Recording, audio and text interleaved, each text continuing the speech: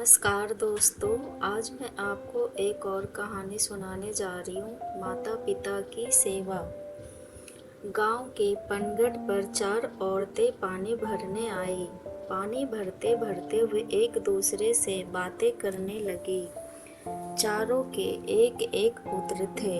बातों बातों में उन्होंने अपने पुत्रों के गुण का बखान करना शुरू किया।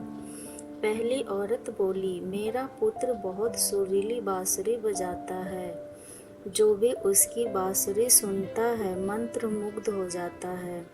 मैं ऐसा गुणवान पुत्र पाकर बहुत प्रसन्न हूँ। दूसरी औरत बोली, मेरा पुत्र बहुत बड़ा पहलवान है। इस गांव में ही नहीं बल्कि दूर दूर के गांव में भी उसकी बहादुरी का डंका बजता है। ऐसा गुणवान पुत्र भगवान सबको दे।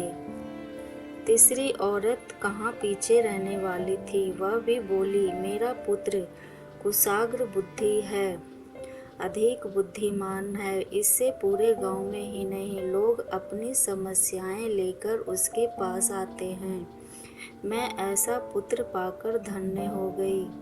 चौथी औरत ने सबकी बातें सुनी लेकिन कहा कुछ भी नहीं।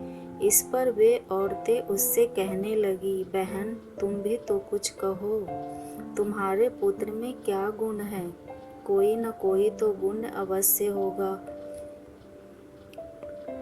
वह औरत बोली, क्या कहूँ बहनों, मेरे पुत्र में तुम्हारे पुत्रों की तरह कोई गुण नहीं है। उसकी बात सुनकर तीनों औरतें ने गर्व से अपना सिर उठा लिया। कुछ देर में सबने पानी भर लिया और वापस जाने के लिए अपना अपना घड़ा उठाने लगी। उसी समय पहली औरत का पुत्र हाथ में बांसुरी लिए वहां से गुजर रहा था। उसने देखा कि उसकी माँ पानी से भरा घड़ा नहीं उठा पा रही है, किंतु वह यह अनदेखा कर बांसुरी बजाते हुए वहां से चला जाता है।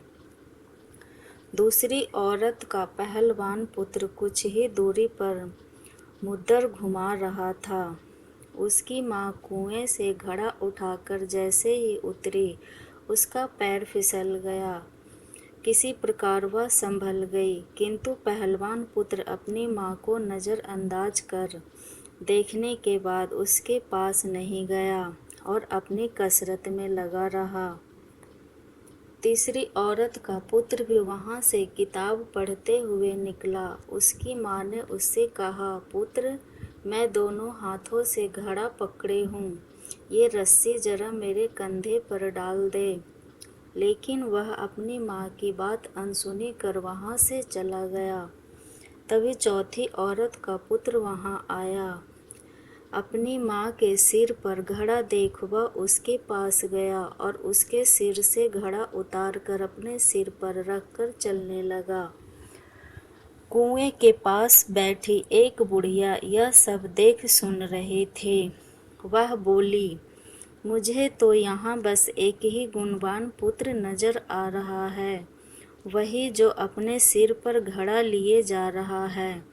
माता पिता की सेवा करने वाले पुत्र से गुणवान पुत्र भला कौन हो सकता है? गुणवान वही है जो अपने माता पिता की सेवा करे और साथ ही सबकी मदद के लिए हमेशा तैयार रहे।